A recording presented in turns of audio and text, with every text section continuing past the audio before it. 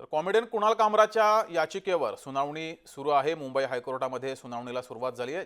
ज्यांनी तक्रार केली त्यांची बदनामी झालीच नाही, ज्यांची बदनामी झाल्याचा दावा केलाय त्यांनी तक्रार केलीच नाही। ठाकरे ही शिंदेंना गद्दार बोलले, त्यांच्यावर गुन्हा का नाही असा युक्तिवाद कुणाल कामराचे वकील नरोज शिवारी यांनी केलाय।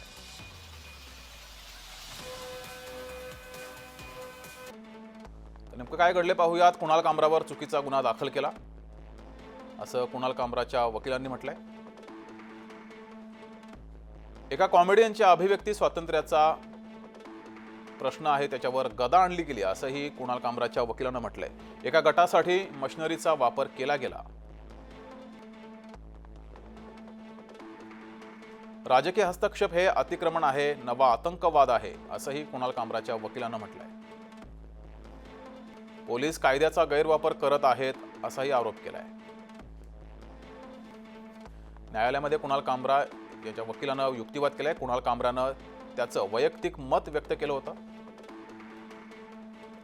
शिवसेनेत जे घडलं त्याची इतिहासात नोंद आहे असंही त्यांनी म्हटलंय।